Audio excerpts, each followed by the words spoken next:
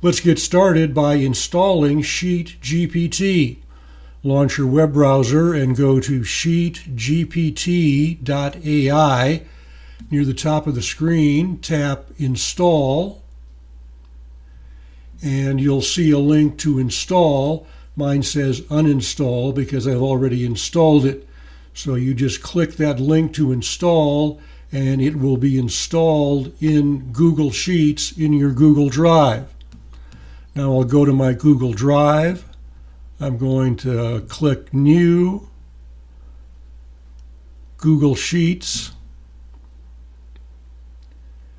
So I've launched a new Google Sheet, and the first thing I need to do is enable SheetGPT. So I'm going to go to Extensions, click Extensions, click SheetGPT and ChatGPT for Sheets, and then tap Enable SheetGPT.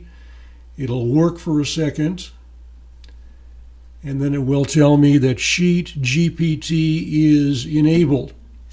Here's something important to remember, that every time you open a new and never used Google Sheet, you need to enable SheetGPT.